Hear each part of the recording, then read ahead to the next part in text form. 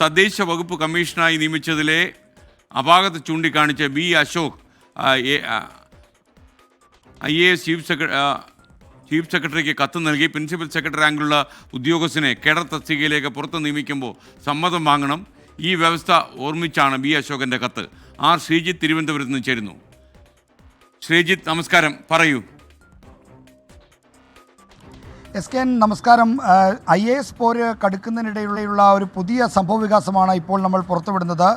Principal സെക്രട്ടറിയും കാർഷികോൽപാദന കമ്മീഷണറുമായ B അശോകിനെ കഴിഞ്ഞ മന്ത്രിസഭാ യോഗത്തിന് ശേഷം അദ്ദേഹത്തെ തദ്ദേശ വകുപ്പ് കമ്മീഷനായി നിയമിച്ചിരുന്നു. IAS പ്രിൻസിപ്പൽ സെക്രട്ടറിയുടെ കേഡറിന് പുറത്തുള്ള ഒരു പുതിയ പദവിയായിട്ടാണ് സർക്കാർ ഉത്തരവ് ഇറക്കി നിയമനം നടത്തിയത്. എന്നാൽ ഈ നിയമനത്തെ ചോദ്യം ചെയ്തുകൊണ്ടാണ്, അതിലെ അപാകത ചൂണ്ടിക്കാണിച്ചുകൊണ്ടാണ് പ്രിൻസിപ്പൽ സെക്രട്ടറി റാങ്കിലുള്ള മുതിർന്ന IAS ഉദ്യോഗസ്ഥനായ B Ashok chief secretary Sharada മുരളീധരനെ കത്ത് നൽകിയിരിക്കുന്നത്.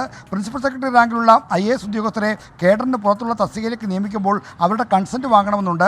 അതുമായി ബന്ധപ്പെട്ട വ്യവസ്ഥകളും ചട്ടങ്ങളും കോടതി വിധികളും ഉണ്ട്. ഇതെല്ലാം ചൂണ്ടിക്കാണിച്ചാണ് B Ashok chief secretary Sharada മുരളീധരന് കത്ത് നൽകിയിരിക്കുന്നത്. ഈ പുതിയ പദവി, അതായത് കേഡറിന് പുറത്തുള്ള തദ്ദേശ ഭരണ കമ്മീഷനായിട്ടുള്ള നിയമനം ഏറ്റെടുക്കാൻ താല്പര്യമില്ലെന്ന് കൂടി അദ്ദേഹം കത്തിൽ അറിയിച്ചിട്ടുണ്ട്. എന്തായാലും ഇത് ഒരു പുതിയ വിവാദമായി സർക്കാരിൻ്റെ ഭരണതലത്തിൽ വളരുകയാണ്. ചീഫ് സെക്രട്ടറി ഇതുവരെ ബി അശോകിൻ്റെ കത്തിന് മറുപടി നൽകിയതായി അറിവില്ല.